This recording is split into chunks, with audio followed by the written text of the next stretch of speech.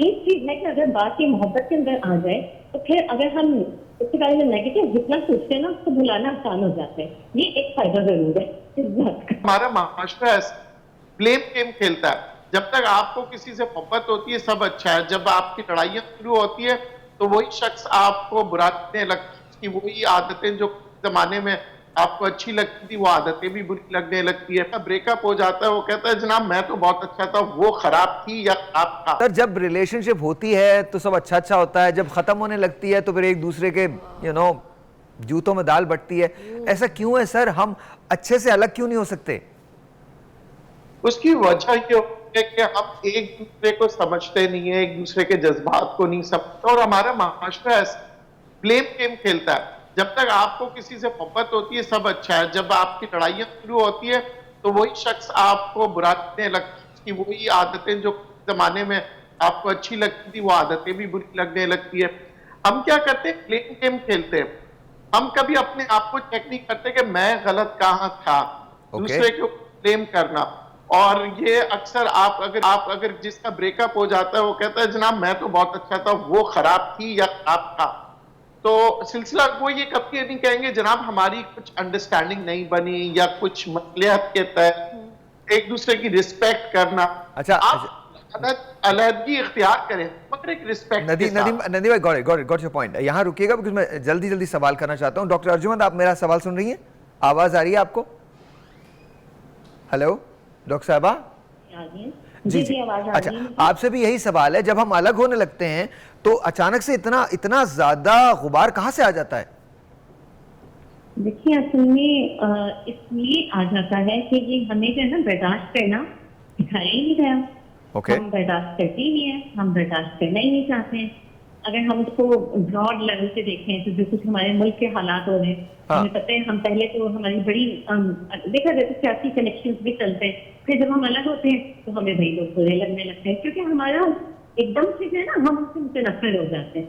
जबकि हमें ये सोचना चाहिए कि हमारी जो नजरियात है वो तो कभी भी बदल सकते हैं ना। वक्त के साथ साथ इंसान बदलता है, मैच्योर होता है।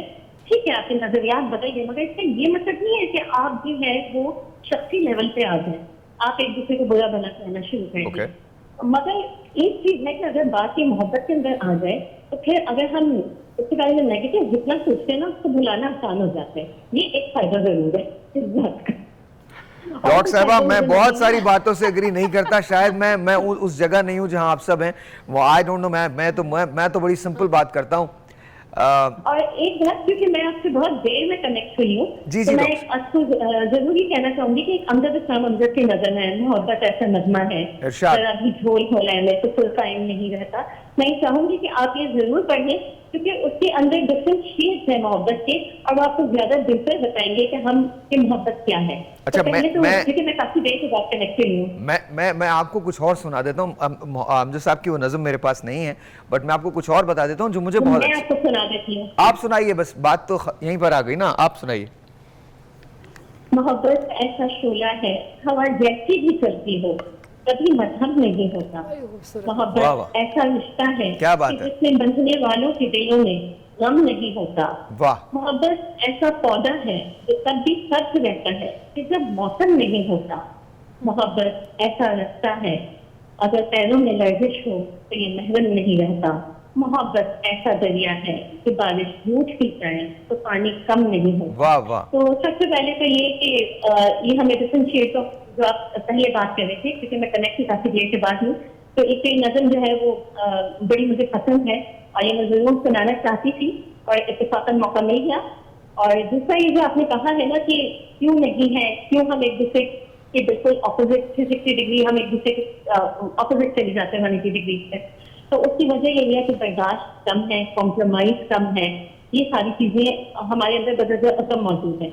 चले तो अच्छा, बहुत डॉक्टर साहब मैं आपकी तरफ आता हूँ जी। वेरी क्विकली दोनों से सेम सवाल है, क्या वजह रहती है? क्वेश्चन थोड़ा सा क्यों हम ब्लेम करने लगते हैं? अलग हो गए एकदम से ब्लेम शुरू हो गया।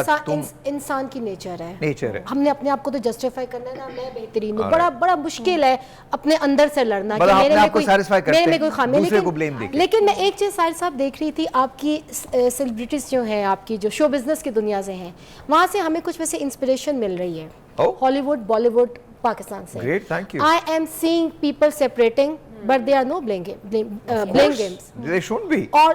और खामोशी रहती है, और फिर समटाइम बाज़ पैचअप हो रहा है। मैं नाम नहीं लेना चाहती, कुछ आपके कराची के बड़े फेमस कपल्स हैं, they are living together again as a married couple. तो मुझे जब, और हम लोग बहुत ज़्यादा, क्योंकि सोशल मीडिया में आप सब इन्वॉल्व हैं, इंस्टाग्राम देख रहे हैं। I am not good. मुझे लगता है कि हमारी आम आवाम को अच्छी वहाँ से एक वाइब्स हैं कि अगर आप सेपरेट हो रहे हैं, खुदारा कुछ ना कुछ सीखने को मिलेगा। हाँ, सीखने को। देखिए, जैसे एक मोहब्बत एक जज्बा है ना, इसी तरह जब एक दूसरे को छोड़ते हैं ना, तो जो हेट, नफरत के जज्बात है ना, वो ज़्यादा ऊपर आ जाते हैं। तो फिर जब वो नफरत सर चढ़ के बोलती है ना, तो फिर वो मोहब्बत तो कहीं एग्जिस्ट करती ही नहीं है ना। अच्छा, मेरे ख्याल में जो है ना, सबसे ज़्यादा मुश्किल चीज़ जो है उसको हैंडल करना जो है वो रिजेक्शन है। That I am being rejected, कि अब मुझे रिजेक्शन फेस करना पड़े, and then comes in the anger कि मुझे क्यों यानी छोड़ा जा रहा है। रिजेक्शन पे हम बात करेंगे एक ब्रेक के बाद। ब्रेक आ गया क्योंकि उसके बाद फिर टाइम नहीं। एक ब्रेक के बाद रिजेक्शन पे बात करते हैं कि यार ये रिजेक्शन होती क्या है। वैसे बात है, जिन बातों ने प्यार तुम्हारा नफरत में बदला, डर लगता है वो बातें भी भूल न जाएं। तो नदीम भाई, फाइनल थॉट्स। आई नो कि आप अर्जुन का बहुत बहुत शुक्रिया। डॉक्टर साहिबा, आपसे हमारी बात नहीं हो पा रही थी because of the net, but thank you for being here. Nadeem भाई, आपसे फाइनल थॉट्स ले रहा हूं मैं। मुझे ये बताइए, कोई मैसेज, कोई टिप देना चाहते हैं उनको जो रिलेशनशिप में हैं? प्लीज सच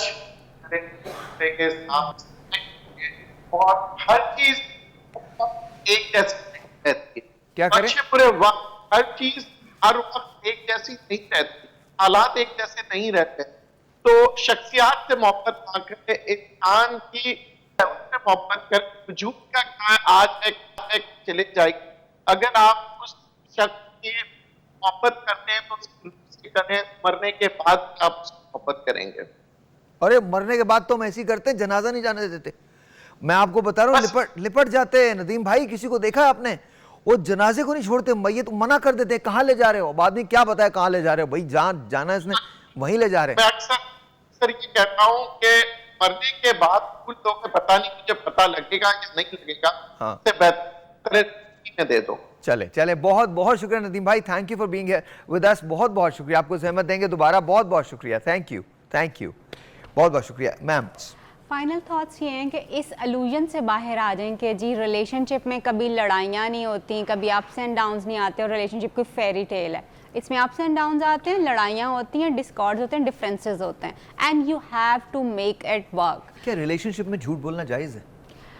जायज़ तो कहीं पे भी नहीं है सर। आप जायज़ की बात करेंगे तो आप हमारी किसी पॉलिटिकल पार्टी में है ही नहीं। अगर आप होती तो आपको पता चलता, सुबह आप कुछ कहें, शाम को आप कुछ कहें, एंड इट्स लीगल।